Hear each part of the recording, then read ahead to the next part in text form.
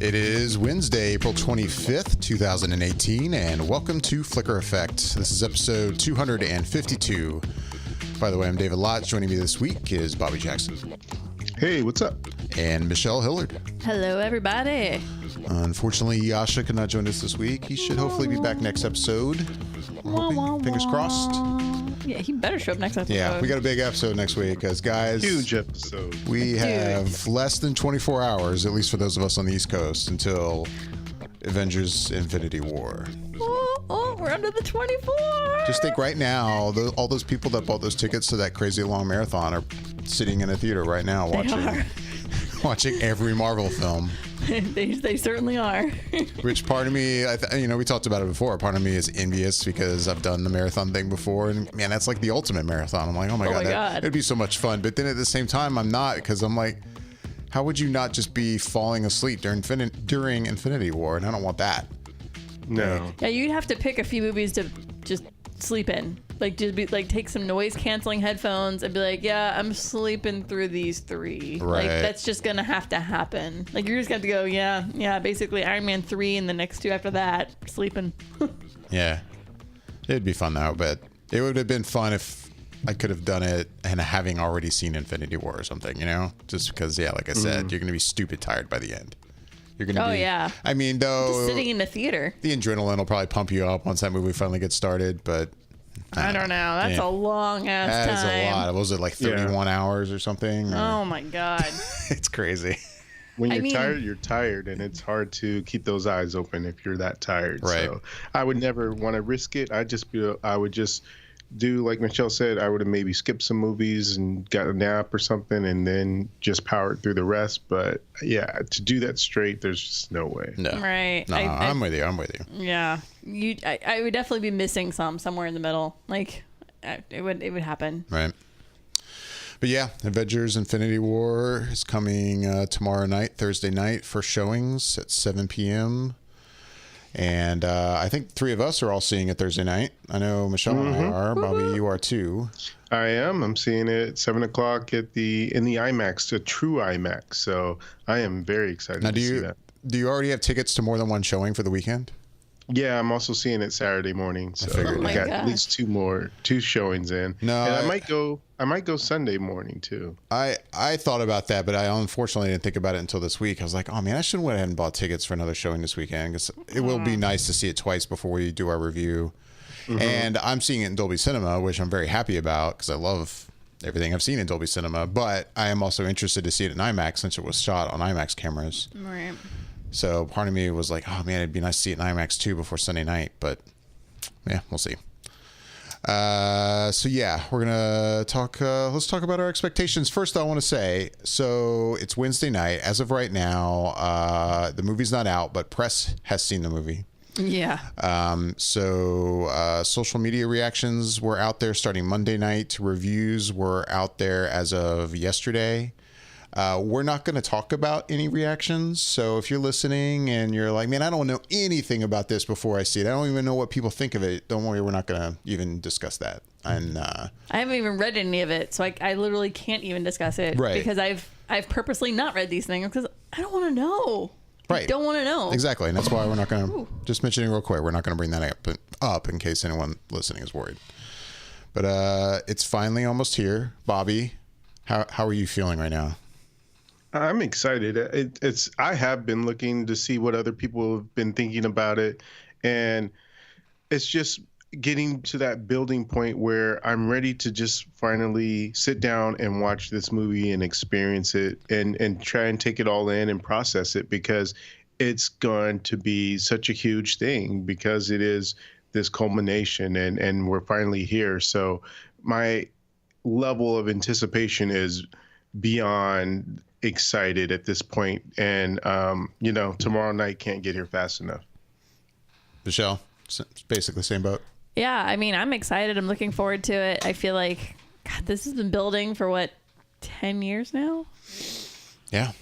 Since 08? Yeah. Yeah, like, this is what we've quote unquote been working for. So we've been working towards.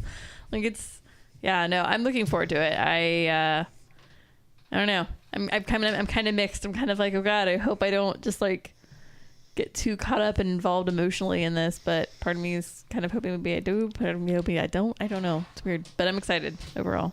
No, I'm excited too. I know I've voiced my skeptical kind of optimism about this movie as we've talked about it here and there, just because I'm like, man, it just feels like too much in one film. But now that we're here, like, don't get me wrong, I'm pumped. I can't wait. Am I also just, I think I'm worried just about mine and everyone's expectations. I always kind of fear when something this big, it's like, oh God, could it possibly be as good as we all hope it's going to be? I mean, like, our expectations are so insanely high. Yeah. But with that said, yeah, I can't wait. It's tomorrow night. I have to work tomorrow, and that's unfortunate. I wish I could just kind of sit around and watch like Marvel movies all day and get ready for it. But it's Starbucks happy hour tomorrow. It's half off macchiatos after 3 p.m. tomorrow. Yeah. Like, we're gonna hit up Starbucks if that's what we got to do, dude. Oh yeah, no, I'm not worried about being tired. I'm just more like, oh man, I'm gonna be antsy to get home and get to the theater. Even though we have assigned seats, man, I'm just gonna be like, I want to get there. Let's go. Really? I mean, to a point. Don't get me wrong. I'm not saying I'm gonna get there hours early. I'm just excited. What? You are excited. What's wrong with that? You're like dancing in your seat, basically. Okay, let's calm down. I don't think I'm dancing. You're like over there all wiggly. The latest tracking numbers, Variety reported, I think it was yesterday, that right now it is eyeing anywhere between 225 million to 245 million domestically, possibly up to the 250 mark, according to them. If it got to 250, that would put it at number one, right above Star Wars The Force Awakens, which pulled in 248 in its opening weekend. But right now at that tracking, it looks like it could be right behind it. We'll see. I would say the thing that would probably push it above that's going to be word of mouth and how excited everyone is and how pumped everyone is and wanting to see it multiple times as quickly as possible. But if they can, if all the tickets aren't already sold out at every theater for the entire weekend. But yeah, that's where we are. Speaking of word of mouth, though, I'm curious, Bobby, you know a little more about this. There was what's this drama I hear about whatever Forbes wrote, put out there. Forbes. I was going to say, Forbes. I'm curious because you told me a little bit about it earlier today, but I haven't really looked into it, mainly because I'm in that mode now where I'm scared to almost even touch the internet. I'm scared to look at Facebook right now. I'm scared to look at Google. I'm scared to do anything because if anyone decides they just want to be an asshole just to piss everyone else off, like I'm frightened. I'm frightened to go onto Twitter. Oh, I said goodbye to Twitter like a day or two ago. I was like, peace, Twitter. We're done for a while. Have a good day. So, see you in the weekend. Bobby, you told me a little bit about a news story involving Forbes and a review. Yeah, what's going on with that? So it turns out I heard a little bit more about it, and I'm still kind of hearing these things secondhand because I don't want to investigate myself too much. Yeah, you're in the same boat as me, basically. Spoiled, yeah. So the way I've heard it is that Forbes had released an article that it wasn't even a review, and they released this article a few hours before embargo was to break on Tuesday. And within this article, it basically said, here's all the big things that happen in Avengers Infinity War. And so they essentially spoil everything that happens. And so obviously that's just such a douchey move in the first place. But beyond that, it made it so that people who are wanting to spoil the fun for others went and saw this article and started to essentially regurgitate that information in comment sections of popular other sites and stuff like that. So it was just like some people have gotten spoiled already because of Forbes jumping the gun, for one, to just put out this article that just says all the major things that happened in Avengers Infinity War. So it was very bad form on their part to even do that because obviously they know no one has seen the movie yet, and they did it before even a regular embargo was to be lifted. So yeah, all around dick move, and they should be shunned, and they're getting a lot of crap for it, to the point where people are begging Disney and Marvel to not allow people from that publication to see their movies for press screenings. I mean, first of all, I hate freaking internet trolls that are all about spoiling everything for everybody. That just pisses me off. But yeah, I gotta say, I agree. Like, I feel like maybe not like ban them for life from seeing films, but I'd be like, you know what? Next 3 ones that come out, which after that there's basically nothing for a while, but the next 3, you don't get to come to press screening of. How about that? Peace. You know what I mean? And just drop them on the next three Marvel films. Legit Marvel films. And be like, yep, you guys can come back in, I don't know, what is that, 2.5, 3 years from now? Yeah, we'll see you then. Have a good day. I mean, yeah, especially, and like you said, Bobby, you're getting this information secondhand because you're worried to look too much into it. I totally get that. Yeah. But so I'm going to say, like, if this is true, if that is indeed how this played out, then I definitely don't see any problem. I would almost expect Disney to react that way. Yeah. You know, because I mean, this wasn't just, you know, at first when you kind of told me about this, I'm like, was this just kind of your typical review, like in-depth review that you see from major publications all the time that tend to kind of give you a plot, synopsis with their review, which is very common. And with that in mind, yeah, it does seem in bad form considering this movie and how much there is in terms of secrecy regarding it and just extra care about spoiling it. But okay, fine. That's just kind of somewhat the norm.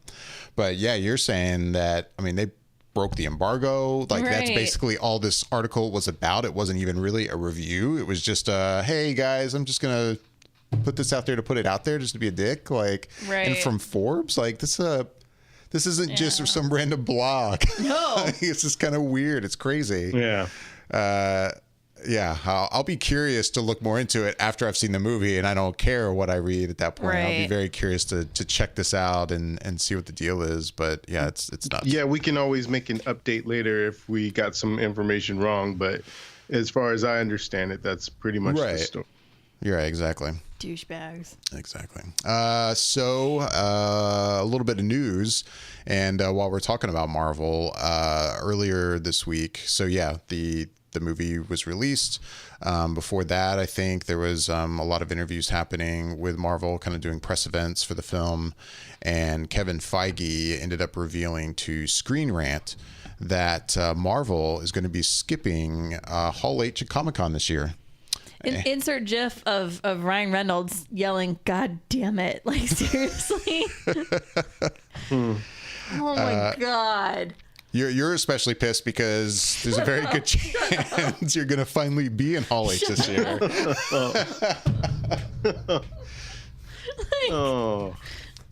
I'm sorry. Where's the GIF of Kermit just like running around losing his mind? That's basically where I'm at right now. I'm like, God damn it, why me? Right. Oh. That it does suck. It sucks. And it's funny because leading up to this, so Marvel has skipped at this point recently anyway. They've skipped one 2015 year in Hall H. And ever since then, I feel like we've always been like, okay, are they going to skip again? And you kind of look at the reasons why they would or wouldn't. And leading up to this, I don't know about you guys, but I've been like, all right, well, there's no D23 this year. And then before the next Comic-Con, we've got Captain Marvel, which we've seen nothing about other than just kind of, concept art. And we've got Avengers 4. Like, I'm like, oh man, this is definitely going to happen. They're going to be a Hall H. I thought it was a given.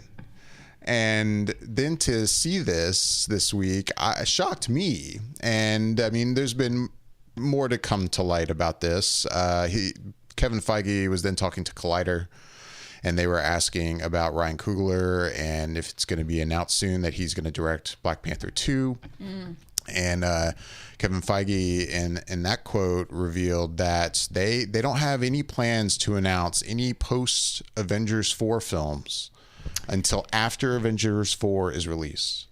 So he says that this is another reason they're not going to Comic-Con, I guess, because they don't plan to announce any new films this year because Avengers 4 hasn't happened yet. So we know that Spider-Man Homecoming 2 is going to come. Is that after Avengers 4? Yes. Yeah. Okay, and then Guardians 3 is going to be after 4 as well, yeah, right? Those are basically the only kind of Phase 4 films that we know about. Right. Officially. Okay. I mean, obviously Black Panther 2 is happening. We all know that. Right. But, Oh, yeah. You think that money making machine's happening. Right. Damn straight it is. No, I'm trying to, in my head, I'm going, okay, well, what's coming out? Like, what do we know of for certain? And I don't know. Yeah. But then now, is Spider-Man in July of 2019 or 2020? Oh, I'd have to. I don't have that in front of my I'd have to look real quick. But in the meantime, while I look, Bobby, your thoughts on this? Yeah, I mean, it sucks that they're not going to be there because everyone looks forward to it. And especially now with DC kind of wavering on what their plan is, it was like the one thing you can always count on is Marvel to have something good for you. So them not being there, it puts more pressure in my mind on DC to really kind of pick up that slack left behind. My only hope is that if they're not going to be there for the Marvel stuff with Disney, then I'm hoping that they'll be there for their own Disney and Lucasfilm stuff for Star Wars, and maybe can fill that gap that they leave behind for Marvel, because they definitely have some things that they can show from their own closet of movies that they have coming out within the next year. So that's my hope. And that I also think that I get it in what Marvel's doing by not going this year, because if the two main things that they would really want to talk about are Avengers 4 and Captain Marvel, and they don't really want to tip their hand about those movies yet, then they kind of don't really have anything else that they can do. They can't just go there and bring out the stars and talk about it and not show footage. I mean, that's what most of what people line up days ahead of time is for the footage. I mean, it's great to see the actors there and for them to talk about the stuff, but really people want to see the footage, the stuff that no one else can see. So right. If they're not going to do that, then yeah, well, I wouldn't say what's the point, but it lessens it a lot. But yeah, I guess that's my question, is why not show anything from those yet? Right. I mean, Avengers Infinity War will have been out for 2.5, almost borderline 3 months. Right. Like I don't know. My guess, I keep hearing like from other, people commenting on this, like, oh, they want us to have like a maximum amount of time to like let it set in. I'm like, okay, how much time do I need? I mean, yeah, this might be a major film that's going to shake the MCU. I don't know, but yeah, I mean, do I need more time? What were you about to say, Bobby? Yeah, I totally do. But I guess the only thing I can really say for that is that we really don't know their plans. We don't know if they might have their own special event later on in the year, or they completely, really legitimately don't have anything else until after the next movie, which would be next Comic-Con. So it's hard to say if we just take them at face value in terms of them really not having anything until next Comic-Con, then I would say they really don't want anything of Avengers 4 out there yet at all.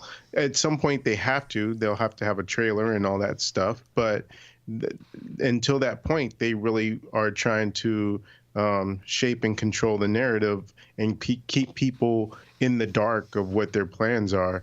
And obviously, if you take Avengers 4 out of the equation and you just leave Captain Marvel, I don't know that you can build a Hall H panel thing in the big scope that they normally have just for that. Because Kevin Feige has always said that, he doesn't feel like they need to be there every year unless they have something to really give the crowd, give the people, and put on something really good for them. So, I mean, as good as Captain Marvel could be, I don't think it will be enough to really, for them in their eyes, bring it to Hall H in front of everyone and that be their only thing to really go with. Right. Yeah, I mean, if it were just Captain Marvel, I agree with you. Like, you're not going to do Marvel's not going to do a Hall H panel just about Captain Marvel, and that's it. No. But I still am like, well, why are we holding off on Avengers 4 at that point? But Yeah, must be a reason. I'm curious to know what it is. It would then make me wonder if then they could possibly shift their presence to the fall and to New York Comic Con. Right. Which, because like you said, eventually they're going to put out marketing for Avengers 4. It's not just, they're not going to just let it come out on its own with no trailer, Right. you know, which would be insane. But, I mean, you know, like the timing of New York Comic Con could be a perfect fit for that. You know, you're basically half the year out. Yeah. I would like to backtrack and see. I don't remember. I wish I had known offhand when it was when Marvel released their first trailer for Infinity War. Because remember, there was such a hunger after Comic-Con of people really wanting to see something for this movie, and they didn't get a trailer. It seemed like until it seemed like a while. It was a while. Yeah, because I remember Yasha was on here the most vocal, like, where the hell is this trailer? Where the hell is this trailer? And you know, I remember the Russo brothers were constantly commenting on it via their, like, you know, Instagram and I think Twitter, just noting that they were constantly being bombarded by people going, hey, where's the trailer for Infinity War? And they were just like, it's not ready yet. It's not ready yet. We will release a trailer when it's ready. And I want to say it wasn't until like after Christmas. I was gonna say it was. I think it was the new year. Yeah. Fresh in the new year. See that too. Which means, I mean, if they waited that long for this one, then I guess I could see how they would end up waiting for the next one. Yeah, I guess so. But at the same time, like, I'm saying all this, I'm kind of bummed about the whole Hall H thing, and I'm bummed out, you know, like, I don't know, I feel like we're waiting. There's another part of me that kind of likes this whole, like, Hitchcockian, like, we're all just in the dark, wait and see what happens kind of situation. Like, I love that. Like, I like that I get surprised by things. I like that I don't know anything about what's going to happen in this film I'm going to see tomorrow night.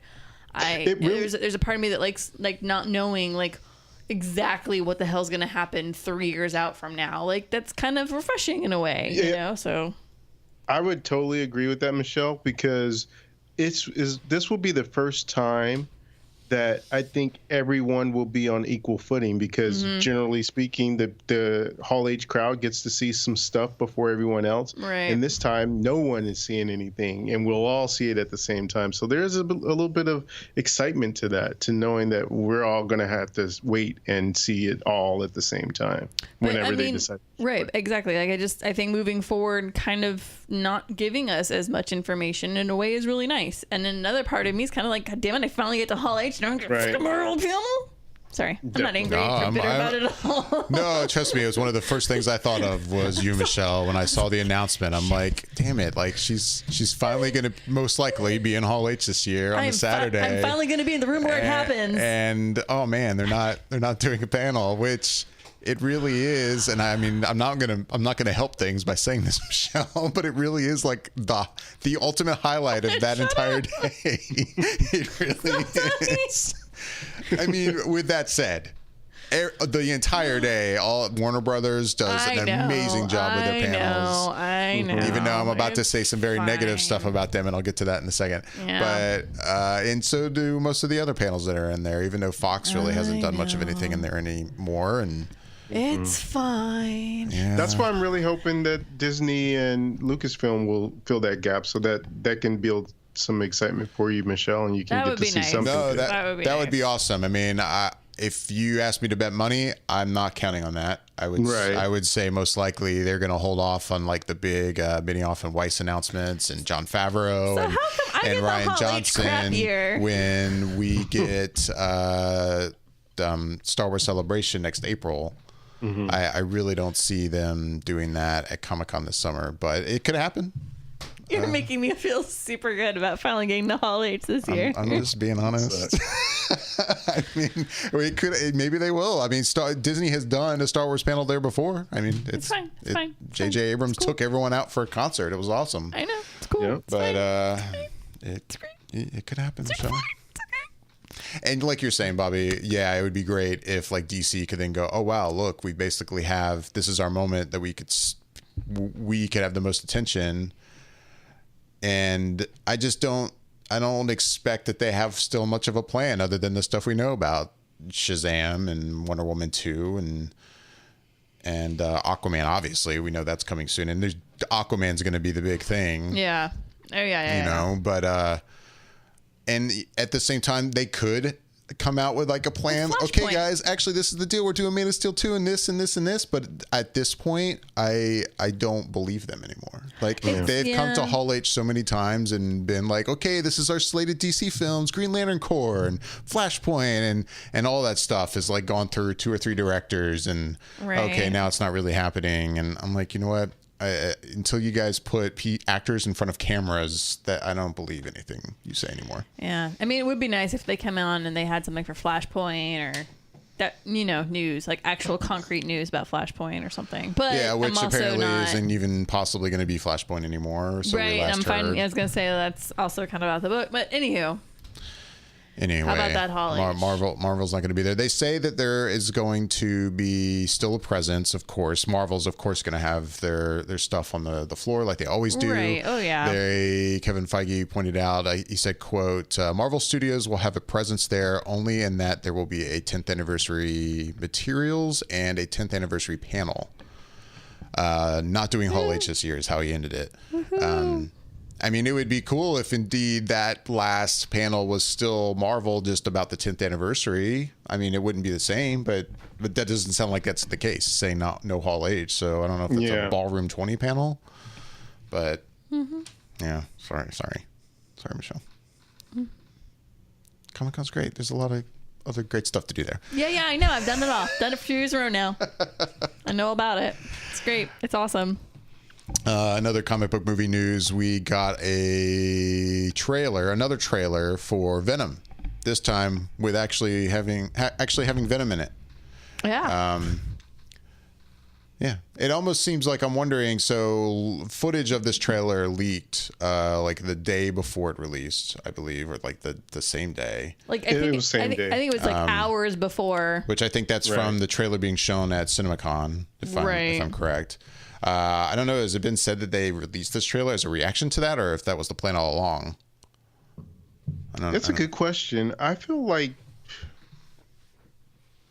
it could go either way, because if you think about a lot of the other stuff so far that's coming out of CinemaCon, I haven't seen trailers dropping for them. And then granted, some of that stuff isn't finished and ready yet.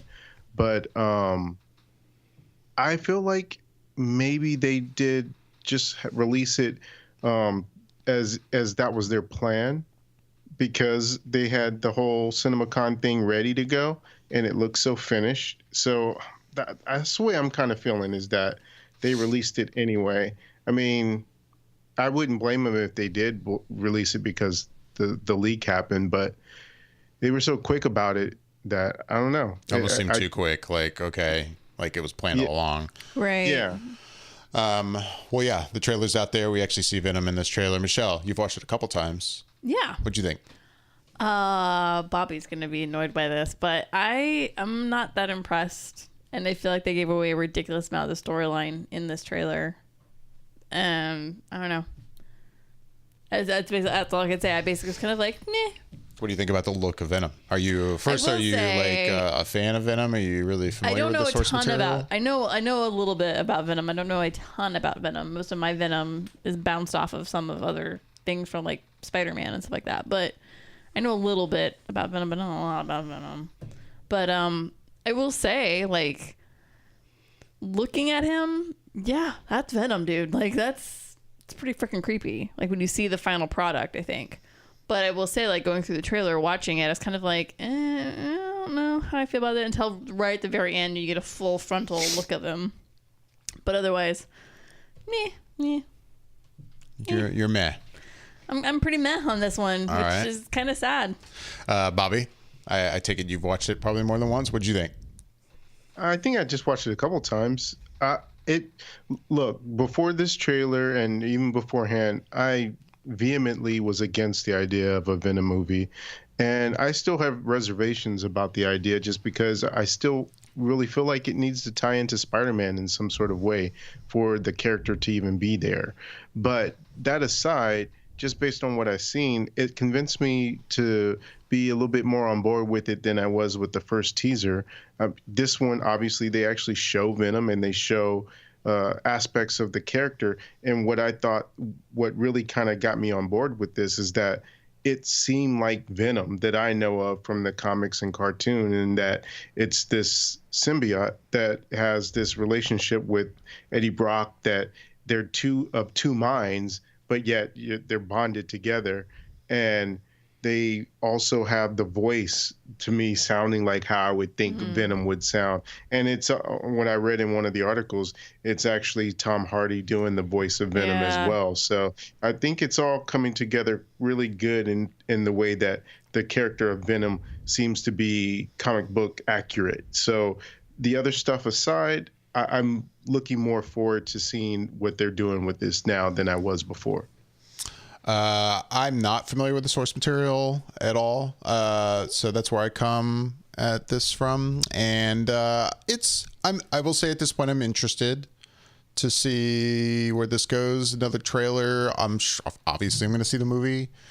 I mean, there's aspects of the trailer like these things kind of coming out of his body, like these kind of long arm things and doing stuff, and it just looks kind of like, what the fuck is that? Like, that kind of bugged me too. But what bothered you about it? Was it the way that the special effects looks, or the fact that just something's just silly about it? I don't know. It just seems very like, Tom Hardy's running around and he's got these things coming out of him that he can't control, and it's just they're doing stuff, and he's like, what's happening? And I don't know. There's just something that seems kind of silly about it to me. It was weird. That's kind of my gut reaction to it. But at the end, at the end of the trailer, when you actually see Venom, it looks creepy. It looks cool. So I'm definitely curious to see more when we get even longer trailer or a second trailer. And once the movie comes out, like I said, of course I'm going to see this. But I'm also skeptical of a Sony produced film at this point.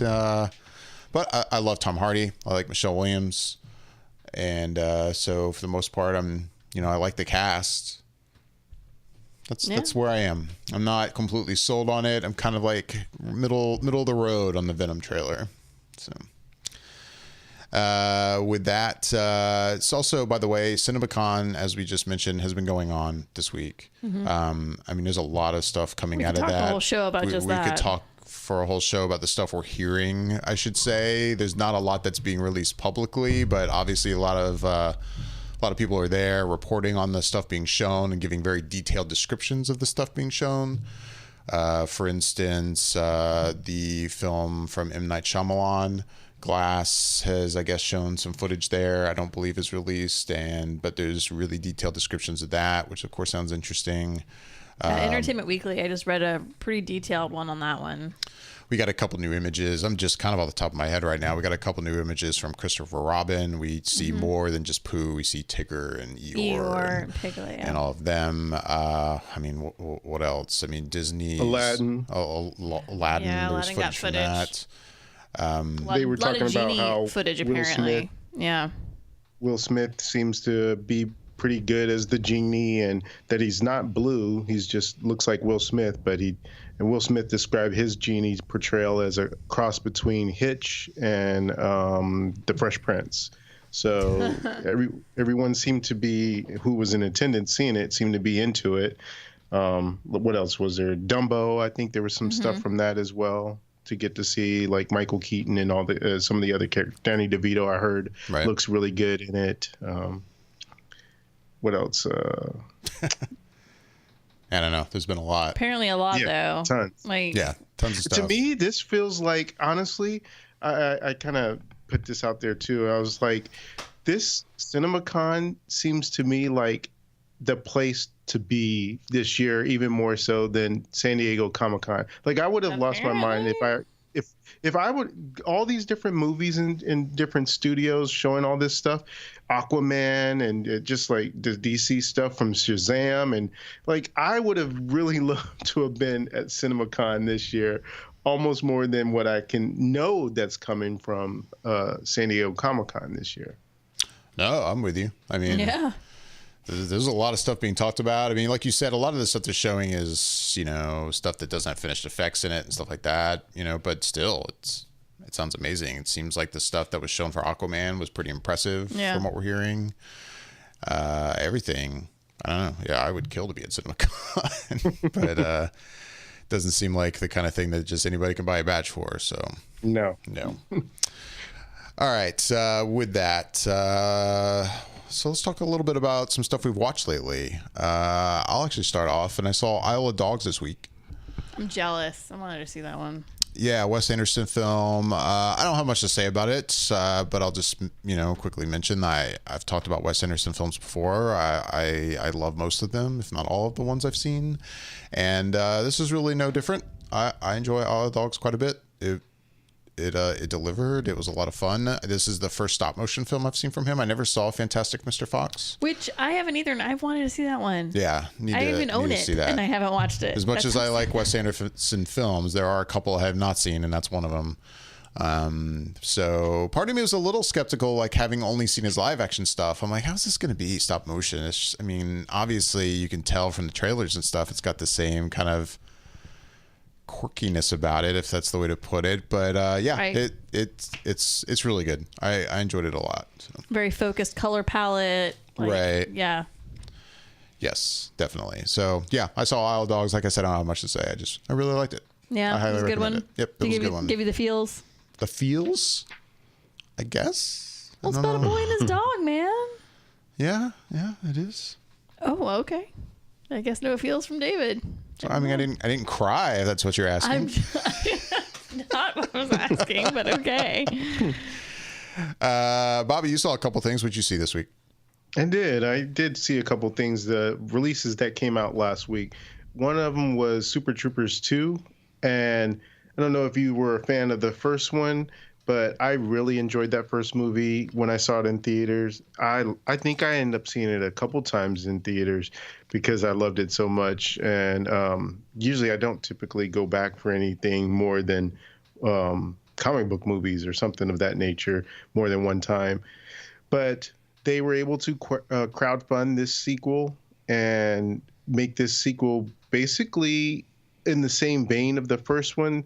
They kind of get the band back together for this new outpost that they have to essentially transition from being part of Canadian border and American border. And so they've been tasked to kind of usher this town into the American side because of some law that happens, and shenanigans ensue. And I think that this one honestly didn't work for me as much as I like the first one. There was a few laugh out loud moments for me, but most of the time I felt like it was a lot of misses in terms of the jokes. And it did feel kind of good in that nostalgic feeling, seeing them all together again. But overall, it just didn't hit the mark for me. It was just kind of a too little, too late scenario. But it made a lot of money, so we might see another one. Yeah, I really liked the first Super Troopers as well, but I've not seen the sequel yet. So I'd like to know. No, I'd be curious to see what you think if you get a chance to watch it. I mean, I'll definitely watch it eventually. At this point, I doubt I'll see it in theaters. But, right, I'm sure. Yeah. Yeah, once it hits video, I will most likely rent it once it's soon out available on rental. Anything else? I also got a chance to see a movie called Traffic, which has Paula Patton in it and Omar Epps. And they are this couple that are going away on this trip for the weekend, and they run into a woman who is been essentially kidnapped by these bad men that are trafficking women, and they get caught up in this situation, and it's them trying to survive this ordeal. And in the beginning of the movie, which I didn't know, it says it's based off of true events. So obviously there's some level of truth to this story, and then there's some exaggerated parts. I like both those actors, Paula Patton and Omar Epps. Unfortunately, this felt a little more like a little bit above the level of like a Lifetime movie. Ooh. There's parts in it in the beginning that it feels like it was shot like a music video in a weird sort of way, to where it didn't fit well. But towards I guess maybe the latter part of the movie, it picks up with everything that's going on in the story. But overall, it really just felt like something you could just wait till it came out on video on demand and just check it out if you don't have anything else going on that night. It wasn't horrible, but it just isn't really worth your time to go see it in the theater. All right. Traffic. Not so great. Not so great. Not so great. All right. Well, that really does it for what we've all watched lately. And we're going to finish things up with a long-lost segment of ours. It's been a while. Long-lost segment. I thought I'd bring it back. I know we'd all given up on it, but I'm like, no, guys, you know what? We're going to do I Challenge You. Because I finally watched my movie. I was challenged to watch a movie a while back. I don't know how many episodes back this was. Oh, God, I don't even know. But I know Yasha challenged you. I was challenged by Yasha to watch The Assassination of Jesse James by the Coward Robert Ford. So a little stepping back for those who aren't familiar with this segment. When we do this segment, one of us is challenged to watch something we have never seen before for whatever reason. Either we didn't want to see it, we just never got around to it. After that person watches their film and talks about it, then they get the chance to challenge the next person to watch something they have not seen. And it goes on and on and on. So yeah, I watched this film finally. And I will say that definitely one of the roadblocks for me to finally getting around with this was that it's a longer film. It's a long film. I have a busy life, and then there's been a lot of nights where it's like, oh man, I could watch this, but I got to get to bed by this time for work, and it just hasn't happened. I finally made it happen last night. I watched this movie. I think it clocks in at like 2 hours and 40 minutes. Jesus. It's long for a drama. Like, I feel like for action movies now, I'm kind of like, okay, that's cool. But for a drama film, it is long for a film, definitely in the style of this film. Like, for instance, we're about to see Infinity War tomorrow night, and which is going to be the longest Marvel film yet. I think nothing of it. And that will not feel long, most likely, because it's going to probably feel like not enough time to do everything that film needs to do, right? This movie is in no rush. Like, this movie is taking its time, and that's not a bad thing. Though, I will say, as I was watching it, I wasn't sure what to make of it. I was kind of like, I don't know, this film is really taking a lot of time, and I don't really know that it's necessary. But I'm kind of see where this goes. And then the movie ended, and I will say, okay, like, now I think I see what you're doing. Now I'm not going to anytime soon. Now I'm half curious to rewatch it. Now that I've seen the whole thing, because I don't know, my big takeaway from this is I felt like it was a movie more made for someone who is more familiar with this history, which I will fully admit I am not. Oh, like, I of course know of Jesse James, but was I really familiar with his death and how it happened and what happened to Robert Ford afterwards? I honestly really wasn't. So as I'm watching this movie play out, before we get to the last 30 minutes, I'm kind of like, I don't know, like, what is trying to be said here? But then I see the end of the film, which is very interesting, and then I kind of get it, and that's why I'm saying, and part of me wants to go back and almost rewatch it again to kind of see if I have a different experience, because I really feel like it's anybody who's watching it with at least some familiarity of the story might get more out of it than I did as I was watching it. But overall, I think it's a very good film. Like I said, I was unsure as I'm watching it, but then at the same time, like, I watched this last night, and I definitely kept coming back to it in my mind throughout the day today. Kept thinking about it. I think pretty much all of the acting in this film is pretty damn good. Brad Pitt, Bobby knows, I've talked about my opinions on Brad Pitt on here before. He's one of those actors that sometimes I really like him, and sometimes I'm like, I don't know what to make of this guy. Like, sometimes he's just very Brad Pitt to me. And this was a performance that really worked for me. I thought Brad Pitt did a great job. I have also very much voiced my opinion on Casey Affleck in a recent film of his that garnered a lot of attention, and I believe he won an Oscar for. And I completely disagreed with. I did not enjoy him in that movie whatsoever. But in this film, I thought he was very good. I liked Casey Affleck in this film a lot. And in the film too is the film starting and getting going, because this movie has been out. It came out in 2007. It's been a while. Oh, and of course I saw a trailer or two around the time this came out, but I haven't seen a trailer for this in a long time, and I didn't go out of my way to watch one before I watched it. So I didn't remember anybody else in this movie other than Brad Pitt and Casey Affleck. That's all I knew. And then the movie's starting, and I'm like, oh shit, Sam Rockwell's in this, Jeremy Renner is in this, Mary Louise Parker is in this, and then it just keeps going. Sam Shepard, Zooey Deschanel is in the film, and Michael Parks as well. I'm like, oh shit, Michael Parks is in this. And then at one point in the film, James Carville is in this. I'm like, what the fuck is this guy doing in this film? I was really just kind of thrown off by that. But overall, all the acting I thought was pretty top notch. Sam Rockwell is always pretty amazing, and Jeremy Renner, everybody. The acting's really good. Overall, I will say I did like the movie. It's one of those things. Could I recommend it to everyone? I don't know. I'd have to know what your taste in movies are, because, like I said, slow burn. It is a very slow film at times. Very not atmospheric, but I don't know. It's not for everybody. But I like it. I feel like it's a moody movie. Yes. Like yes. it's a constant mood, up and down, up and down, up and down. But I will say, like, if I remember, like, the cinematography is really good in this. The music is pretty cool in this too. Yeah, I think was it Nick Cave this film or the music in the film? I'd have to look it up. I don't have it in front of me. But the music's really interesting. The music's really good. Overall, I really liked it. And unfortunately, Yasha's not here to listen to my thoughts, since he was the one that challenged me to do it. But kind of had to get this segment back. Couldn't really hold off any longer. Get it back we on the definitely wheel. will not be doing this segment for the next episode, which will just be Infinity War for 3 hours. Well, not that long, but well, maybe.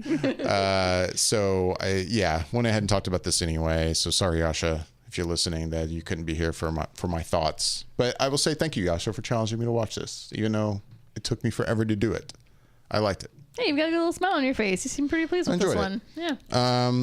Bobby, did you ever see this one? No, never did. Oh, I should just challenge you to watch it now.